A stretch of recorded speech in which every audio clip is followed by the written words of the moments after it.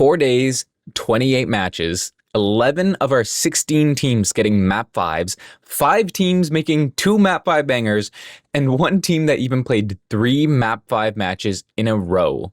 This was the 2025 Midseason Championship, which might be the most competitive tournament that we've ever seen. Hey folks, my name is Apostle, and this is Watching Overwatch, also known as WoW. It's a series that covers everything you need to know about what's been going down recently in the world of Overwatch Esports. And this past weekend, we had one of the biggest tournaments of the year, and it surpassed expectations to give us one of the closest, most exciting tournaments that I've ever seen, with unbelievable upsets, teams that surprised everyone by going neck and neck. Not only that, the regional rivalries have just been elevated to new levels, with certain teams having performances that I don't think anyone saw coming. Today, we're going to figure out exactly what went down at the biggest tournament of the year so far. Real quick though, I do want to interrupt for my own little sponsored segment here, kinda. This Saturday, August 9th at 1 p.m. EST, myself and some friends will be running an Extra Life fundraiser. If you're unfamiliar, Extra Life is a fundraising program for Children's Miracle Network hospitals where people participate in gaming marathons to raise money for local children's hospitals. Our goal is to hit $3,000 raised by the end of the stream. Now, I know this isn't Overwatch related, but if anyone would like to check it out, we do appreciate any and all support you might be able to offer. A link to our Twitch and donation page will be right down there in the description. Now, back to our regularly scheduled programming. Here are my spoiler-free picks for what the must-watch matches from this weekend were. Starting off, we have Veryl versus Rocky Sports, an incredible match that is the first time we've gotten to see how Japan stacks up to China properly. Then, Weibo Gaming versus Team Falcons, which is the once again Falcons rivalry that has reared its head again, and it continues to be an excellent match every single time. The top dog of North America, GK Esports, they also saw several close matches, but their match against Team CC I think was the most unexpectedly good one. Not to be outdone though, Team Liquid had an incredible game of their own, when they faced up against Crazy Raccoons in a game that I think really showed the level North America can reach when they're properly locked in. And finally, we have Alcadia versus Twisted Minds, a matchup that is quickly becoming the El Clasico of EMEA. This time, in another match with everything on the line, they gave us a great show. But now, let's start spoiling things and go game by game to figure out exactly what went down.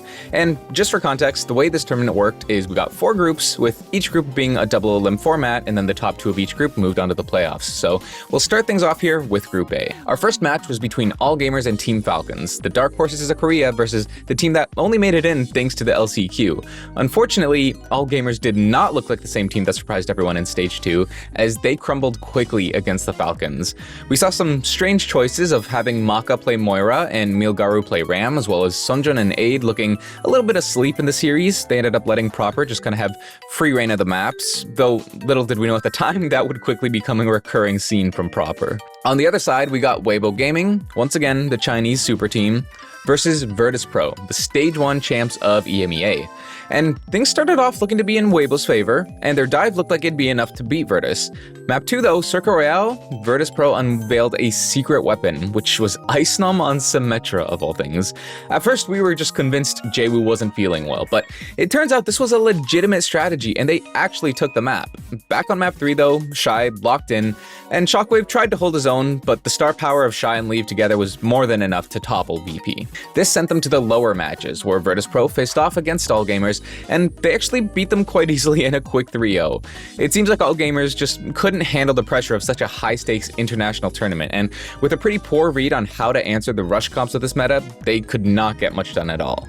That being said, this team did get beaten down by VP in the Soup Cup prior to Stage 2, back when they were still We Are Yours, so meta and nerves being different may not have changed the outcome all that much. And Virtus Pro, they did play great. Vistola reminded us why he might be the best Sigma in the world, since he dipped Jasmine in the mirror, so with that though, All Gamers were in fact eliminated.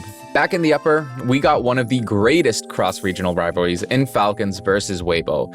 And unfortunately for my Hangzhou Spark Day 1s, I'm sorry to announce it's yet another 3-2 in favor of Falcons. Weibo had some incredible moments. They turned around a 100-meter deficit on push to having a full hold on Eichenwald. Despite Shy and Leave playing out of their minds, with Leave especially having one of the greatest rounds I've seen on Venture, Merit and someone seem to have finally started to click for the Falcons. And when you take that and throw in a playoffs proper, you get a pretty sick beast. Weibo ended up getting a little too in their heads at the end, as Shambali ended up going to overtime rounds where Leave and Mew made the interesting decision to play a Pharmacy, which obviously really did not end well. Outside of that though, Weibo looked to be at the top of their game, but with Falcons qualifying there, it sent Weibo to the lower bracket to face off against the Bears of Virtus Pro. This time around in the rematch, things went very differently for Weibo. Call it boomage from Falcons, maybe just VP getting the download. This was yet another Map 5 banger, but this time it was Virtus Pro who came out on top. Shockwave completely reversed his results against Shy in their previous meeting, though part of it fell in large part due to Shy just being completely absent from his top form.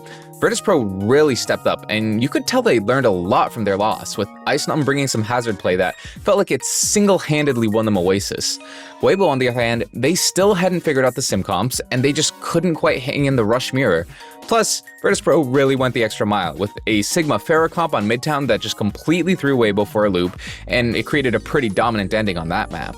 Overall, things just didn't really line up for the Chinese squad, and they ended up actually being eliminated here in the group stage, with Virtus Pro surprisingly qualifying to the top 8, surpassing all expectations, and actually escaping the group of death. Moving on to Group B, our first match there was Crazy Raccoon versus Viral, the #1 teams of their respective regions. That being said, of course, this was a 2-0 for Crazy Raccoon, but it needs to be said that Viral genuinely had a great performance, being able to at least take a point on Lijiang and Circuit, which I think was largely thanks to Nico, who had an incredible performance on Freya, really trying to go toe-to-toe with Lip. And then Top Dragon also, he's fully redeemed himself, I think. He's proved his time on Genji was a total fluke. The guy looks incredible.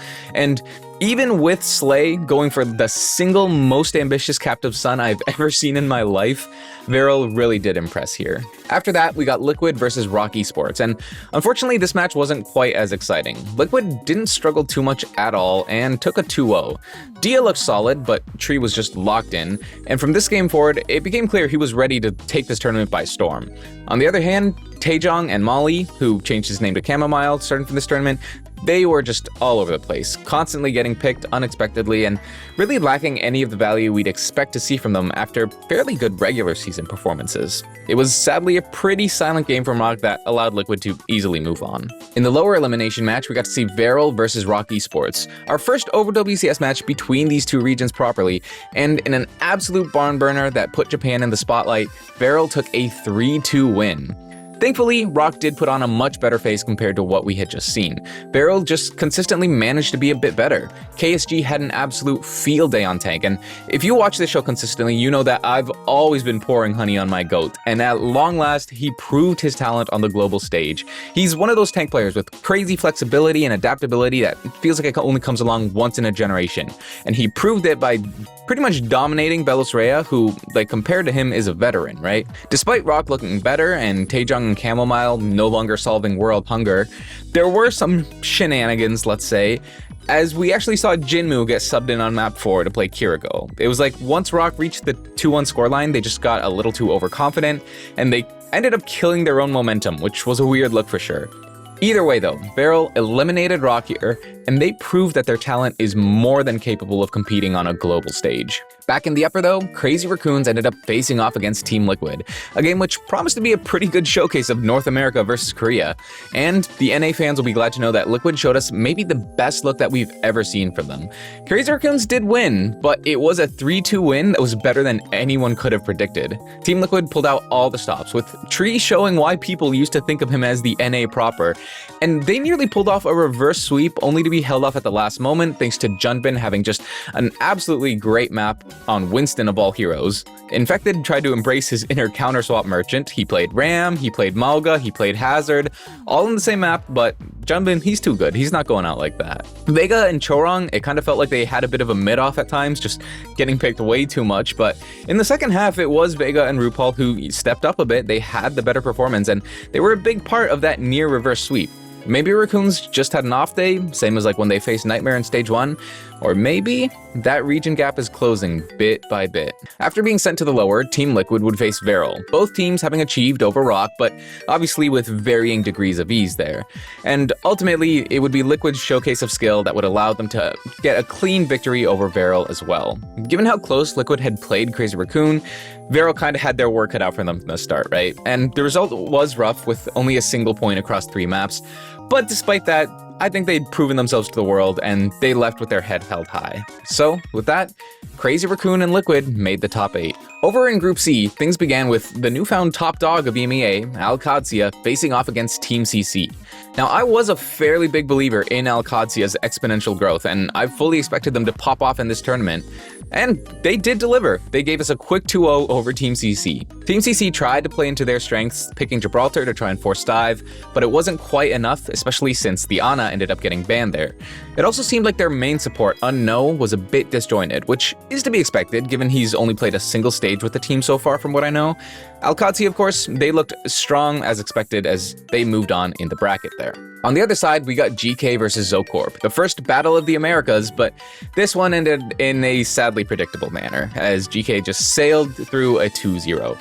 Now, Zocorp almost took a point on control, but they did proceed to get curb stomped for the remainder of the match. But, you know, at least you forced GK to lock in, right? That's something. For a reason with basically zero official support and recognition, showing that teams still have to take you seriously or risk an upset, not that bad of a performance. But unfortunately, things didn't get much better for Zocorp as their next match was against Team CC, who came in clearly unhappy about the results of their first match.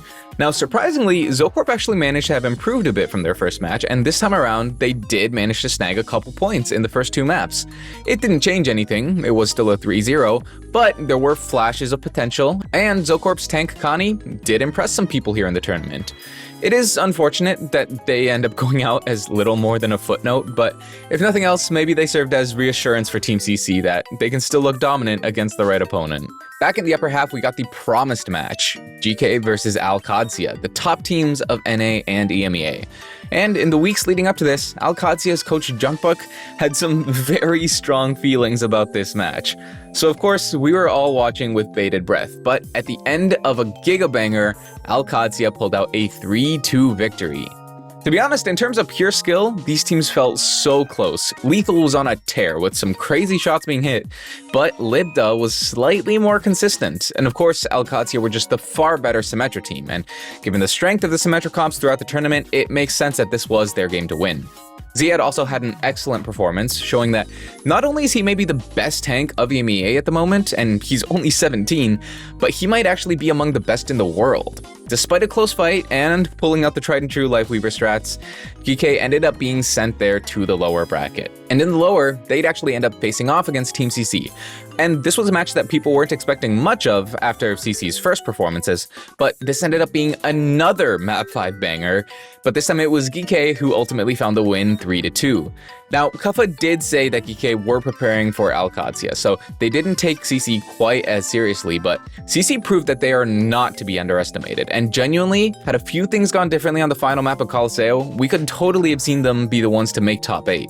In all honesty, part of what I think made a big difference here was actually Super Rich, who, despite having moved to a coaching role, actually came in here and kind of made us all wonder why in the world he's not on the starting roster. He still looks very good. Team CC's tank Billadeng had a mostly great series. He only really faltered at the final moments, and Pineapple showed that even after all this time, he is still a beast. He can still hang with the best of them. It's just Geeke, they look to have a bit more experience, a bit more composure, and in the end, they ended up pulling it out. Finally though, we get to Group D, where our very first match ended up being one of the biggest upsets of the tournament. Twisted Minds versus Esports, aka Nightmare, where Nightmare ended up beating them in a 2-1. This was an incredible performance from Sign. Chronic and Rocket both had peak performances, Painkiller popped off, and outside of Circuit Royale, which heavily favored the Twisted Minds Symmetra comps, it was really just Nightmare taking over the match. Taking Map 1 allowed them to save their Symmetra ban for Map 3, and once UB couldn't play Symmetra, he got absolutely cleaned on Tracer. It was overall a rough look for Twisted, and a match that continued the trend of Nightmare teams somehow pulling upsets out of nowhere. After that, we got T1 versus the Gatos Guapos, and despite the Gatos having so many of our fan favorite players, the sheer might of T1 was a bit too strong, and they got a quick 2-0. The power of friendship can only take you so far against a Korean super team, especially when Donghak feels like practicing his Doomfist using the cats as a punching bag. I will say this though, the Gatos played Atlas closer against T1 than Twisted did against Nightmare, so that's something. Of course, that led us to the elimination match of Twisted Minds versus the Handsome Cats, and unfortunately, things didn't get much better, as it was a 3-0, but this time it was Quartz who decided he needed a day at the shooting range. Overall, this actually means that Pacific as a region actually performed worse at EWC compared to last year, but I think one could argue that they played far tougher competition. Gatos showed up, did their best, they made some fun content, got a free vacation, not too bad. And while the results themselves might not be great, similar to South America, at least they got to show up on the world stage and put their best foot forward. Back on the winner's side though, we got Sign Esports versus T1, and this was just yet another showcase match for T1, who took a 3-0 here, and with that win became the only Korean team to get into top 8 without dropping a single map. The Nightmare Squad didn't look too bad in all honesty, they took a point on each map. Chronic and Rocket actually competed pretty close with Zest and Proud, I think. T1 are just such a polished team overall, it would have taken a miracle to take them down properly. And of course, that brought us to the lower, which was a rematch of Sign versus Twisted. And this time, free from the shackles of a best-of-3 series, Twisted Minds came alive in a big way, winning 3-0. Quartz basically solo won 2 maps, putting on a disgusting hitscan clinic as usual, with his Cassidy practically making Rocket invisible. The final map though, Shambali Monastery was cinema all on its own. Chronic pulled out a Widowmaker and he straight up made a montage, finding shot after shot and putting on nearly the same level of carry performance that Quartz did. Painkiller also pulled out a Doomfist, feeling inspired by Donghack, I guess. And listen, you might call it desperation from the Nightmare guys, but this unexpected off-meta comp was I think exactly what they needed to throw off Twisted, and it made for a super close final map despite the rest of the series. It was the kind of mid-series adaptation that shows those guys are more than deserving of their spot as NA representatives. It was just too little, too late, and in the end, Twisted Minds are able to clinch the top 8. So now, after all that, we get to the top 8, the playoffs, and what might be the current top 8 teams in the world. Crazy Raccoons, T1, Team Falcons, Twisted Minds, Alcadzia Virtus Pro, Team Liquid, and GK Esports. And shout out to GK and Alcadzia for being the only non-partner teams to actually make it to this point. The playoffs started with Crazy Raccoons versus Twisted Minds, a match that most of us assumed would be over quickly, outside of maybe some hitscan duels between Quartz and Lip, but against all odds, it was actually Twisted who played out of their minds and took a 3-2 upset here. The match started normal. Raccoons locked Winston Farah dive on map 1. Even after losing first point, they just stuck to that comp and they found a win, but the next map was a complete reversal as they got full held by the Twisted Minds Symmetra comps on circuit, of course, even after using their Ramatra ban. And from then onward, the Raccoons demonstrated yet again a fairly slow read on the meta. Their only other map win was thanks to the Sim ban they used, and outside of that, Twisted seemed to hold the upper hand for the entire match. Quartz was looking like the best hitscan in the world, with Lip actually surprisingly struggled to match him. Though one may argue a big part of that was thanks to Lip being pretty heavily reliant on Freya, I'd even say overly so. In the post-match interview, the Raccoons, they even said the plan was to simply play what they're best at rather than try to counter. And for Twisted Minds, their macro play and strategy is more than enough to elevate them to a level where Crazy Raccoon actually couldn't get away with that. Now, this isn't the first time Crazy Raccoons have lost a match like this, Seed Nightmare in Stage 1, but the single elim format meant that they didn't get the chance to bounce back, which means that for the first time ever, Raccoons have been eliminated by a team not named Falcons, and this also marks the first time that Raccoons haven't made a finals appearance in their career, which puts a blemish on their otherwise gold and silver record. Our next match saw Alcadzia versus Virtus Pro, a match that ended up being a bit too predictable if you've been following the EMEA region. Alcadzia took the win in a sweep 3-0. Hopes were high for VP. After all, they just escaped the group of death. They upset Weibo, but sadly, they just can't find that same success in their own region. It could be that Alcadzia at this point just has Virtus Pro downloaded. They're too overly familiar for their own good, because it really felt like not a single VP player was able to find the value they wanted. Shockwave was completely outmatched by Libda, which, while it is less strange every day, it still feels weird to see like a career hitscan get diffed by a former Pharah one-trick. Overall, it's still a decent showing for VP, since, let's be honest, the fact that they got top 8 and they got out of Group A, that was a feat in and of itself. Next came Team Liquid versus T1, a match that people went into with pretty high hopes for Team Liquid given their 3-2 result against Crazy Raccoon, but T1 ended up having a way better matchup into them, as they also took a 3-0. It kind of felt like Liquid had just used every bit of power that they had in their previous matches already, since in this game, every role just kind of got diffed. Obviously, Donghak will find ways to defy imagination and just have incredible moments, but Proud was completely uncontested by Tree, just free-firing all game, and Zest round circles around Liquid on Tracer. Liquid tried to use a sim comp themselves, given it seemed like it might be the Korean Kryptonite, but this team has never found their success with that comp in the first place, so it just ended up being a cheap imitation and easily dismantled. And so with that, Team Liquid unfortunately ended up being eliminated. Our final quarterfinals was Team Falcons versus GK Esports, and the last time these two squads met at Champions Clash, it was an easy 3-0 for Falcons, but this time around, it was a hard-fought Map 5 win, which actually happened to be GK's third Map 5 in a row. GK genuinely looked so strong throughout the match, but on match point, it felt like they made a bit of a misplay and they picked Blizzard World, where Falcons had a field day thanks to being able to put proper on Tracer. Everyone kind of expected them to take advantage of Hybrid, to go to a map where GK could take advantage of their Lifeweaver comps to wall out Falcons with something that they wouldn't know how to play against, but instead they ended up getting destroyed in a field that Falcons is far more comfortable in. The Hidden Blade of Whales is a phenomenal Tracer, but he's not proper. No one is proper. Merit, despite not being quite as hard a carry, he was also showing a really consistent game, finding picks whenever he needed, not getting caught out. Like, the DPS line for Falcons did do a ton of work here. The question mark for Falcons, though, was the complete lack of Hanbin being played, even on Circuit Royale. It's leading a lot of people to wonder what's the reasoning behind it, but at the end of the day, a win is a win. GK have a solid showing throughout the tournament, but ultimately exit in a tied position with Team Liquid. After that, we get our semifinals, a battle of 2 EMEA teams and 2 Korean teams, but on opposite sides of the bracket, so it guaranteed a grand finals between the best of each region. And it started with OWCS versus Twisted Minds, a matchup that is quickly becoming one of the most exciting rivalries to come out of EMEA. We've had SSG versus ENCE in the past, but this feels far more even, despite the fact that OWCS are way on top if you just look solely at the numbers. Sometimes though, the numbers don't lie, as OWCS took the win in yet another 3-2 scoreline. But this wasn't just a map 5. This one went to 6. On the match point of Blizzard World, OWCS seemed to be set up for success, but a complete choke show from Checkmate ended up letting Twisted Minds cap with time compared to OWCS, who finished in overtime. Everything was lined up for Twisted to win. They only needed a single tick, but some massive fumbles from Yubi led to OWCS actually getting a full hold, which led us to one final map. And on that New Junk City, Twisted Minds proceeded to get utterly dismantled by OWCS. Checkmate fully redeemed himself after his Blizzard World performances. He played a maximum efficiency Symmetra, and Ziad proved to the world that he might be God's gift to D.Va enjoyers, as not only did he have insane neutral game, the Madman actually finished out the game with a Pokebomb 2K into a remake kill. It was absolute insanity, and Twisted Minds ended up going out on that final map 300-0.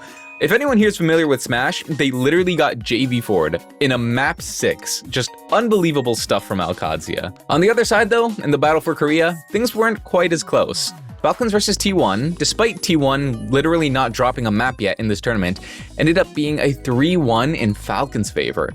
I'd love to say T1 choked or just had some bad picks, but nah, they got completely diffed. Proud, ironically enough, seemed to have absolutely zero confidence, zero pride, and literally spent the entire match getting put in the doghouse by Merit. Donghak kept trying to start maps on Mauga for some reason. Literally multiple times he comes out on Mauga to try and counter the Ramatra comps, but he just got decimated, ended up swapping, but was now at a disadvantage. Zest, poor guy, he did his absolute best and is the only reason T1 got a map. He had genuinely the biggest carry I've ever seen on my life when he played Venture on Atlas. The guy was insanely clutch with his ults. I've never seen a performance like that, but at the end of the day, the spirit of the Philadelphia Fusion lives on in T1 as they ended up being defeated there. Now, we did get a third place match, but it took place immediately after T1's match. They got like maybe 15 minutes of a break, and so this ended up being a Twisted Minds 3-1 win. Now, I can't even blame T1 here. We've seen this in the past. A top-tier team plays a third-place match immediately after failing to reach Grand Finals, and they are just completely checked out. It sucks because a good T1 might have had an exciting matchup against Twisted. Zest continued to try his best, but everyone else on T1 was kinda crushed, and honestly, if Twisted Minds hadn't choked away a few points, this might have been a 3-0. If nothing else, hopefully T1 comes away from this with some more experience for the future, for example.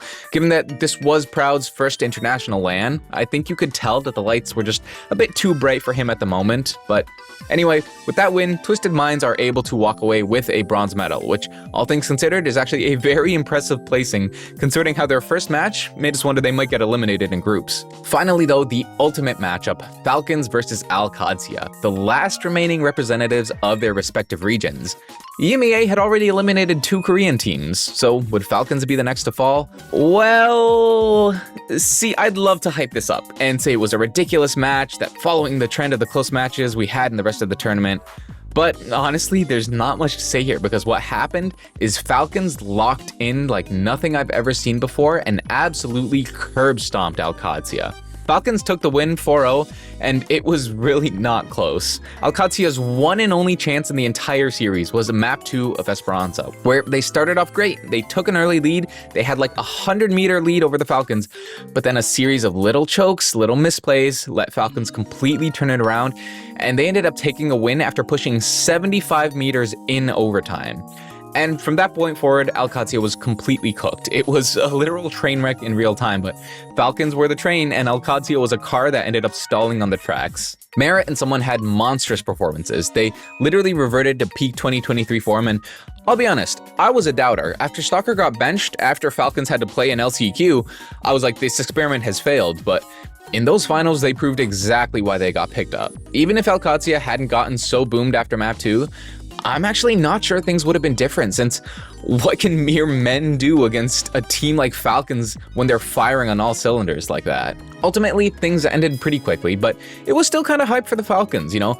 Sure, they flunk out of Korea, and then they're forced to play in the LCQ, but then from there, they go all the way to the grand finals and win it all. They even got an extra $50K from the Jafonso Award, which was actually a special bonus for the team that could win it all after making it in from a last chance qualifier. So maybe they sandbagged, maybe they just finally figured themselves out. Either way, good for them. And so, it turns out that nothing ever changes in this world. Falcons have won another tournament, and they are your 2025 Midseason champions. And that pretty much brings us to the end of this week's news cycle. While we don't have a ton slotted for the offseason at this time, other than the fact that we'll probably be getting a roster mania, I've seen a lot of people asking when Stage 3 is, so listen up. Overwatch Champion Series Stage 3 will begin in just under a month, with Japan starting August 25th, Pacific August 28th, and Korea starting August 29th. China, EMEA, and NA will all be starting on September 6th, so make sure you mark your calendars since Stage 3 might be the most important one of the year. And if you're wondering why that is, it's because the Grand Finals have actually been announced to have been expanded, now featuring an extra spot for Korea, EMEA, and NA, as well as a guaranteed spot for either Japan or Pacific representation, depending on who can win in a battle for that region. This is obviously an amazing change, and given the regional parity that we've seen here in the Midseason Championship, it should create an amazing World Finals, and you'll want to make sure that you watch Stage 3 in order to be ready for it. Now, like I mentioned, we'll probably have a lot of roster changes in this offseason, and already we're seeing several players that have posted LFTs and such, but this episode is packed with enough information, so we'll be covering all the roster moves and team changes in a future episode prior to Stage 3. For today, links to everything I've talked about can be found right down below as usual, so go ahead and check those out. And you can also find a link to my Discord there, where you can join the fun of talking about all the crazy stuff that happens in this esport. We'd love to have you. The Midseason Championship was incredible, and outside of the finals, it was one of the closest tournaments we've ever had, with so many teams being able to surpass expectations, so many players that proved they're deserving of playing among the best, and despite Falcons' dominant win here, it really is starting to seem like slowly but surely, the gap we have between regions is getting smaller and smaller. I mean, Geekay almost beat OWCS and Falcons, and then Liquid almost beat Crazy Raccoon, who themselves actually lost to Twisted Minds. Overwatch Esports is getting better and closer by the day, so you absolutely want to make sure that you're dialed in and ready to see everything that might come out of it. But if you happen to miss anything, well, you don't gotta worry, because that's what I'll be here for, watching over everything. Thank you all so much for watching. I hope you enjoyed. Take care of yourselves.